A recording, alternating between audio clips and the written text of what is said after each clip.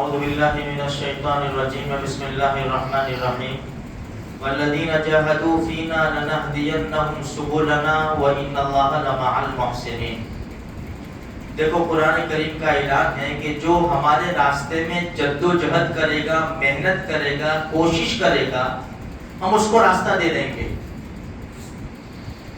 ہم نبی کریم صلی اللہ علیہ وسلم کی ہجرت کے بارے میں سن رہے تھے 3 دن سے کہ اللہ کے رسول صلی اللہ علیہ وسلم نے اپنا جب مکان چھوڑا، وہاں سے لے کر قبا جانے تک ہمارے نبی کو بہت زیادہ قربانی دینی پڑی، جد و جہد اور محنت کرنی پڑی، اور مدینہ منورہ جا کے بھی کوئی سکون نہیں ملا۔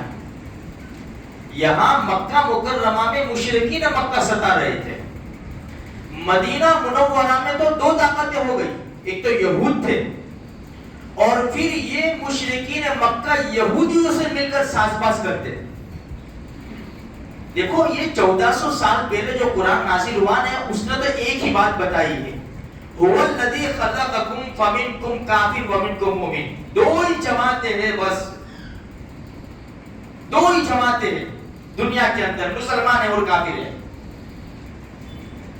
یہ ساز باز کر کے اللہ کے رسول کو انہوں نے ستایا، 13 سال مکہ مکرمہ میں ستایا اور 10 سال مدینہ منورہ میں ستایا۔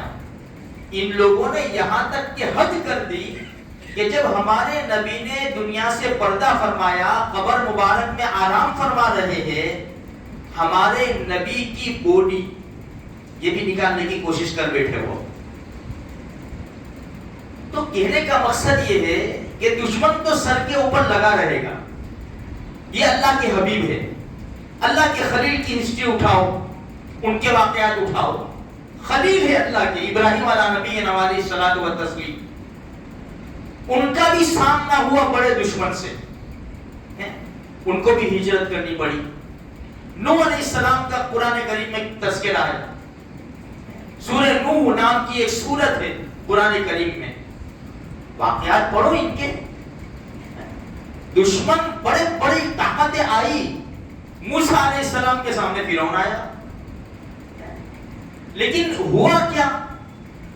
جب جو حق پر تھے وہ حق پر ڈٹے رہے، اللہ کی مدد مانگتے رہے تو اللہ نے مدد کی، کسی اور کے پاس ہاتھ نہیں پھیلائے، اللہ ہی کے۔ ارے ابراہیم علیہ السلام جب آگ میں ڈالے جا رہے تھے تو فرشتے آ گئے تھے آسمان سے، اللہ کے خلیل نے فرشتوں کو نہ کہہ دیا مجھے تمہاری کوئی ضرورت، اللہ کو معلوم ہے نا، کہا ہاں بس ٹھیک ہے، تمہاری بھی کوئی ضرورت نہیں ہے، اپنی طرف سے آئے ہو تو کوئی ضرورت نہیں ہے، ہاں اللہ نے بھیجا ہے تو بات اور ہے۔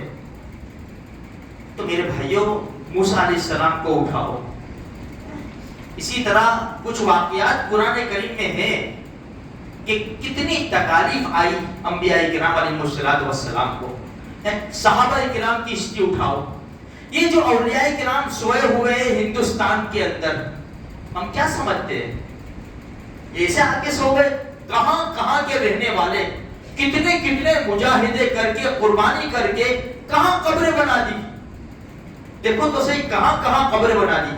صحابہ کرام کوئی کہاں آرام فرما رہا ہے۔ ہم چاہتے ہیں کہ ہماری موت مدینہ میں آئے، اللہ کے رسول کا پڑوس نصیب ہو جائے، تو صحابہ تو ہم سے زیادہ عاشق تھے، ان کے مقابلے میں ہم رتی پر بھی نہیں ہیں۔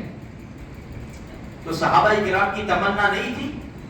میرے بھائیوں دین جو آتا ہے نا وہ قربانی سے آتا ہے، جد و جہد سے آتا ہے، محنت سے آتا ہے۔ آج باطل طاقتیں ہمارے سروں پر منڈلا رہی ہے، ہم سب کو معلوم ہے میرے بھائیوں، ہفتہ نہیں 2-4 دن نہیں جاتے، 2-4 دن نہیں جاتے ایک واقعہ رونما ہوتا ہے۔ کیا کر رہے ہیں ہم لوگ؟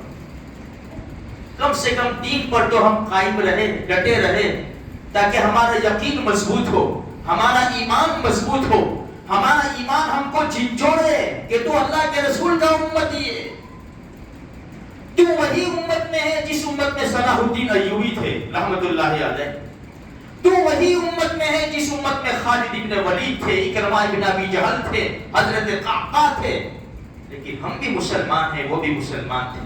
اس لیے میرے بھائیوں بہت زیادہ فکر کی ضرورت ہے محنت کی ضرورت ہے. ربیع الاول کا مہینہ اگر ابھی چاند نظر آ گیا تو شروع ہو گیا.